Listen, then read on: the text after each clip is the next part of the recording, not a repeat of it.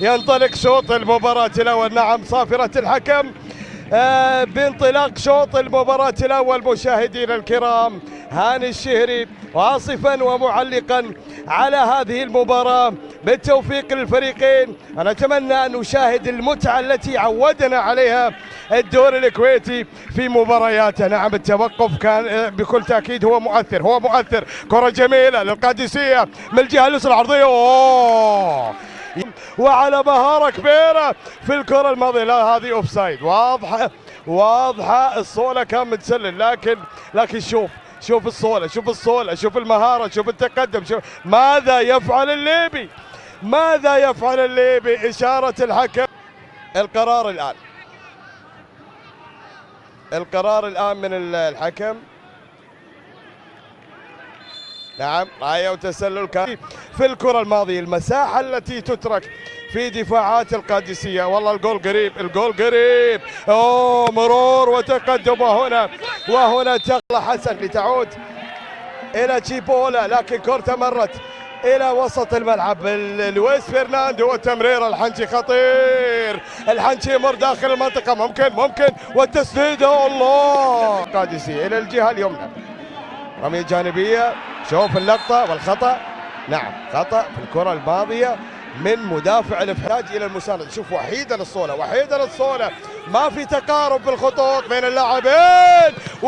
على كرة عرضية لكن مرت عادت التسديدة في دفاع مرتدة وتمريرة إلى الجهة اليسرى.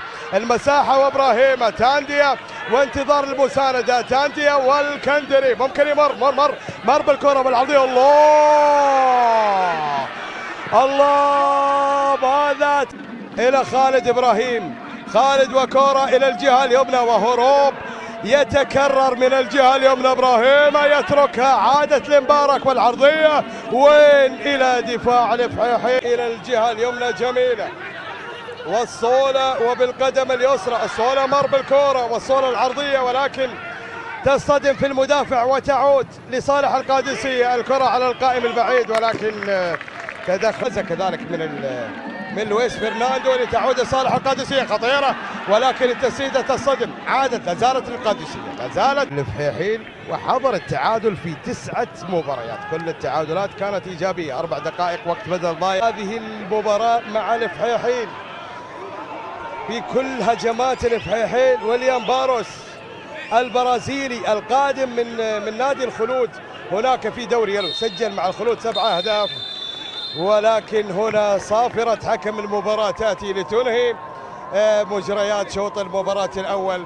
مشاهدينا الكرام لا تذهبوا بعيدا إلى أن نلقاكم في شوط المباراة الثاني. تقبلوا التحية. نعود بالصوت والصورة إلى الزميل هشام الخلصي. زميلي هشام إليك. هي فرص مرت في شوط المباراة الأول ولكنها لم تستغل من الفريقين. بالتالي وخاصة على الجانب القدساوي وفي تمركز الدفاع الممتاز. الكرة تمر لصالح الإفحاحين. هنا تدخل وهنا حكم. لمن ستكون البطاقة؟ عبد الله الكندري. البطاقة الحمراء ولمن البطاقة الحمراء؟ كان لدى هاشم بطاقة صفراء. شوف الاشتراك والكرة هنا هاشم والاحتكاك مع راشد. شوف بطاقة على احتكاك راشد ثم والمحاولة ومن الجهة اليسرى والعرضية والكرة تمر ولكن شوف يبنى المحاولة عيد والكرة حلوة جمهور الملكي. الكرة تمر الصولة مر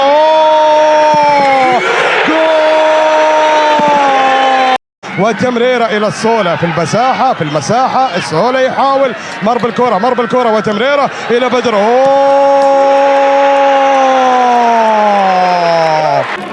اليوم 15 الشهر في التاريخ الهجري وليلة اكتمال البدر والهدف الثاني. كيف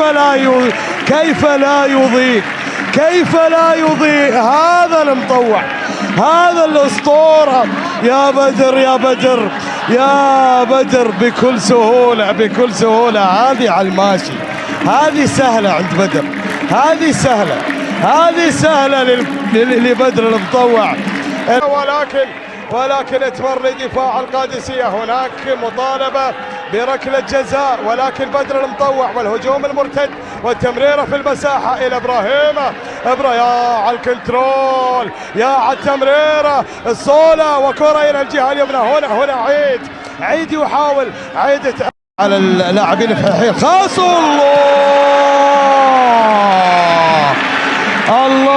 جمهور القادسية، ليفرح جمهور القادسية. شوف خادع فيها حارس المرمى المجدلي. بالتالي ياتي الهدف الثالث، ياتي الهدف الثالث للقادسية. 3 أهداف هي حصيلة شوط المباراة الثاني، هي حصيلة شوط المباراة الثاني. هذه النتيجة